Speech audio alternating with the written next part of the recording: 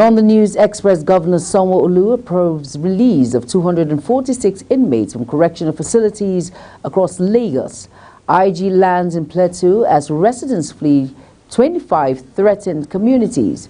Health workers in Hamas-run Gaza says 21,672 killed in war. Rice remains restricted despite lifting of forex ban customs. Plus, federal government received $2.25 billion Afram Bank loan. Hello and welcome to all our viewers in Nigeria and around the world to News Cycle on News Express on Global TV Live in the nation's capital, Abuja. I am Jumai Manson.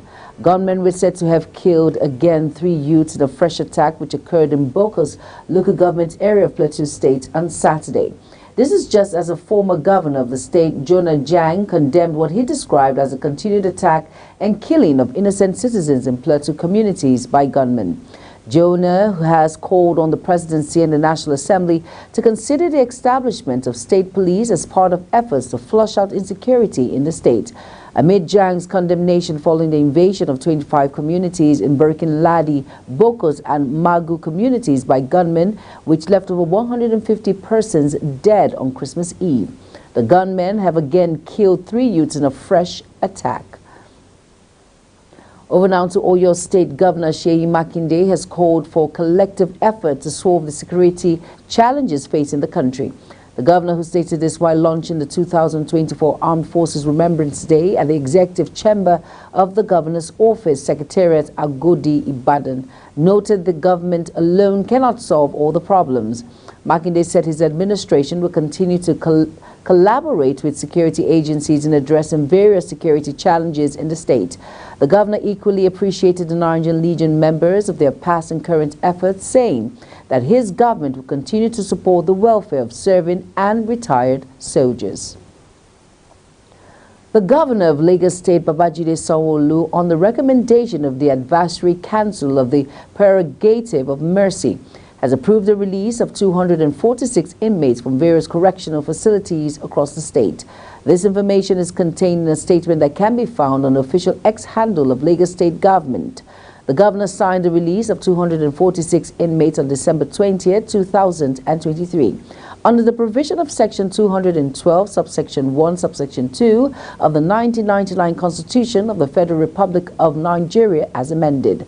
The Lagos State government maintained that the approval for the release of the inmate is in contingence of the New Year celebration, as well as in line with the commitment of Governor Sanwo-Olu to decongest correctional facilities in Lagos State as part of justice sector reforms.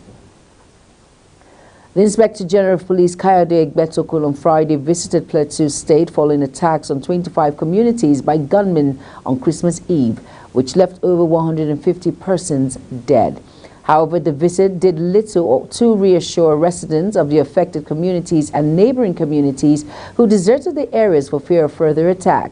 The IG, who expressed shock over the killing, said he had ordered the commencement of a special operation to stem the tide of attack and killings in the state. Egbetokun, who visited Governor Caleb Mufwang in his office in Jos, also disclosed that the Assistant Inspector General of Police Zone 4, Halidu Musa, have been directed to temporarily relocate his office to Plateau State to ensure an effective operation. Over now, the National Parents Teachers Association of Nigeria, NAPTEN, has called for a collaboration between academic unions in tertiary institutions and the federal government to improve the nation's quality of education in 2024.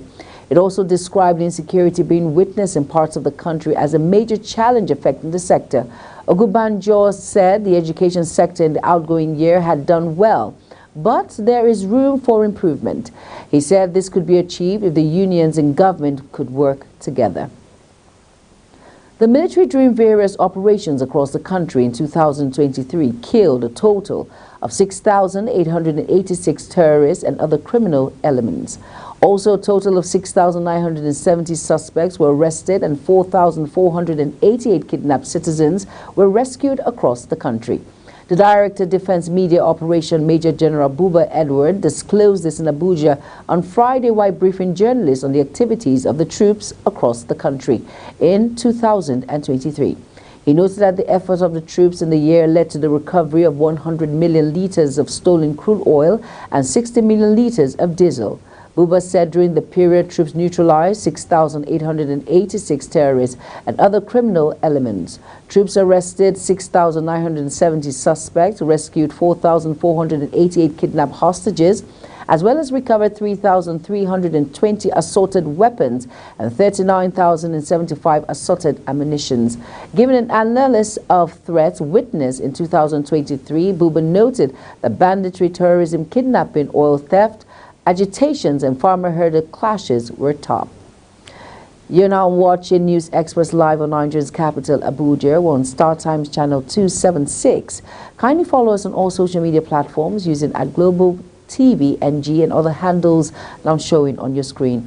Now, when News Express returns, rice remains restricted despite lifting of forex ban.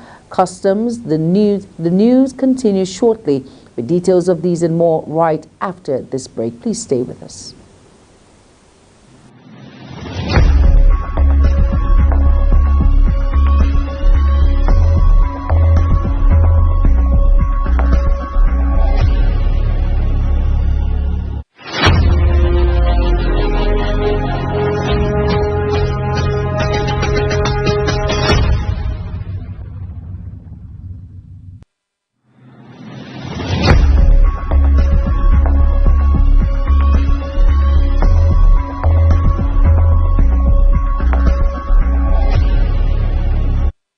You're welcome back, and if you're just tuning in, this is Global Television bringing you live broadcast of the News Express. Thank you for staying with us. And now on our foreign decks, the health ministry in Hamas-run Gaza on Saturday said at least 21,672 people have been killed in the Pakistani territory since war with Israel erupted on October 7th. A ministry statement said 165 Gazians were killed over the past 24 hours, while 56,165 others have been wounded in the fighting. The majority of casualties are civilians and 312 healthcare workers are among the dead. It added Israeli forces have rounded up thousands of Gazians during their ground offensive, with 99 healthcare workers still among the detainees, according to the ministry. Health officials reported detainees have been subjected to cruel physical and psychological torture, starvation, thirst, sleep deprivation, and continuous interrogation in extreme cold. Gaza's health ministry appealed Saturday to the international community for more support, including greater assistance in evacuating more patients. The fighting has put 23 hospitals and 53 health centers out of service, while 104 ambulances have been destroyed, the ministry said. Overnight, China has expelled 9 military officials from its parliament, including 4 generals of the Army's strategic missile unit, in a sweeping reshuffle following the appointment of a new defense minister. The decision, announced late on Friday, came after a meeting of the Central Committee of the ruling Communist Party. Their removal is one of the series of high-level reconstructing move in the military establishment since Defense Minister Lao Shafu was promptly sacked in October following months of speculation about his whereabouts. Appointed in March, Lai disappeared from public view in August before being formally dismissed in October. The 9 officials fired on Friday from the National People's Congress sat in parliament as non-elected representatives. Burundi's President Evariste Ndayishimiye launched a violent anti-gay tirade on Friday, saying same-sex couples should be publicly stoned. He also lashed out at Western countries that press other nations to allow gay rights or risk losing aid. Homosexuality in Burundi, a conservative Christian country in East Africa, has been criminalized since 2009, with prison terms of up to 2 years for consensual same-sex act. He also criticized Western countries that urge smaller nations to allow gay marriages or risk losing aid, saying, in his words, "Let them keep their help. Let them keep it. Burundians living abroad who have chosen the devil. The practice of homosexuality should not come back," he added. In business, revenue expectation from oil exports, which government expects to deploy for effective implementation of the 2024 budget, may be affected as major global oil traders are moving away from petrodollar transactions.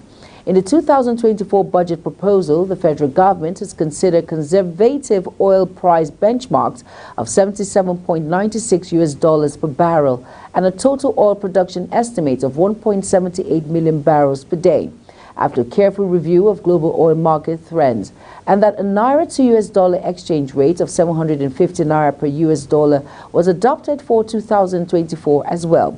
However, report shows that a fifth of global oil trade this year was settled in currencies different from the US dollar, as countries such as Russia and China move away from the petrodollar. Nigeria is pushing to reach and exceed the 2024 crude oil production budget target of 1.7 million barrels per day. Minister of State for Petroleum Resources Oil Hanneke Lapobiri said that the country can boost crude oil production to 2 million per day. The federal government on Friday received a $2.25 billion foreign exchange support facility from the African Import-Export Bank. The Minister of Finance, Wale Edun, said this in the first tranche of the $3.3 billion facility from the bank. He noted that the loan was aimed at resolving the acute FX shortage that has hampered the economy. Edun stated that work has commenced for solutions to Nigerians' economic challenges. In August, the Nigerian National Petroleum Company Limited announced that he had secured a $3 billion emergency loan from the Afrem Bank to stabilize the country's volatile foreign exchange market. According to the report, the balance of $1.05 billion will be received in the first week of January. Nigeria's crude export for February is expected to see marginal decline according to data. Exports of 4 main Nigerian crude oil grades in February are set to average about 657,000 barrels per day, according to preliminary programs, down slightly from the previous month. The scheduled loading, this is coming as Nigeria pushes to reach and exceed the 2024 crude oil production budget target of 1.7 million barrels per day. Minister of State for Petroleum Resources Hanneke Lapobiri said that the country can boast crude oil production to 2 million barrels per day. The minister also expressed his commitment to promoting collaboration with stakeholders to improve the country's oil and gas sector. Despite the skyrocketing cost of rice and the recent halt on the ban of foreign exchange for its imports, the crop is still a restricted commodity. The Nigerian Customs Service has declared rice, a staple food widely consumed in Nigeria, as being rising in price despite its production locally. The commodity now sells for between 55,000 naira and 60,000 naira for a 50 kg bag, depending on the area of purchase. Its price was around 30,000 naira for the same 50 kg bag about a year ago. But the course has maintained a northward drive despite the local production of rice and the recent lifting of the ban on forex for the importation of rice into Nigeria. The Nigerian Investment Promotion Commission on Friday said it approved tax holidays for 34 companies seeking tax incentives and waivers under the Industrial Development Income Tax in 2023. This was disclosed by the head of Incentive Administration, Lovina Kayode, during an end-of-the-year press briefing organized by the Commission in Abuja. She said tax incentives, which have been a contentious issue due to the high amount of revenue loss to waiver granted every year, were meant to boost foreign investment into the country. Over now to our sports decks. Ghanaian club Custom Braves and Spindex Knight have confirmed their participation in the 2024 World African Championship at the indoor hall of the National Stadium in Surulere, Lagos. The championship is scheduled to hold from March 31st to April 7th next year. The Ghanaian duo will be joined by Aspect Basketball Club and Erjijig Basketball Club of Benin Republic, Nigerian champions Rivers Hoopers, former champions Kwara Falcons, Lagos Raptors, Lagos Legends, Comet, and Hoops and Reed will also feature in the third edition of the Elite Sub-Regional competition. Tournament Director Louis Edem reaffirmed the Foundation's commitment to investing 100 million naira to develop basketball in the grassroots within the next 5 years. The former Nigerian basketball star explained that the championship will be a man-only competition, while the women-only tournament will hold later in 2024. Still on sports, Real Madrid manager Carlo Ancelotti has re-signed a new deal with the club, which will run until June 2026. The Italian 64 was appointed at the Bernabeu for a second time in 2021 on an initial 3-year deal. He was linked with taking over as Brazil's manager earlier this year, but said he wanted to remain at the club. Atalante has won 10 titles as real boss, including 2 Champions League, mostly recently in his first season back at the club in 2021-22. He has also lifted 1 La Liga title, 2 Copas del Rey, 2 Club World Cup, 2 European Super Cups, and the Spanish Super Club ones. The real manager is the only coach to have won 4 European Cups, while he is also the first to win all 5 major European leagues in Italy, England, France, Germany, and Spain. As we end the News Express, let's take a quick look at our top stories again. Governor Sanwo-Olu has approved release of 246 inmates from correctional facilities across threatened communities. Health Ministry in Hamas-run Gaza has said 21,672 killed in war. And we also brought to you that Nigerian Customs has said rice remains restricted despite lifting of forest ban. And then we told you that the federal government has received $2.25 billion Afrin Bank loan. And that's it on News Express, and it came to you live from Nigeria's capital, Abuja. We're on Star Times channel 276. Kindly follow us across all social media platforms using @Global TV, NG, and other handles now showing on your screen. I am Jumai Manson. Thank you for watching. See you again. Good evening.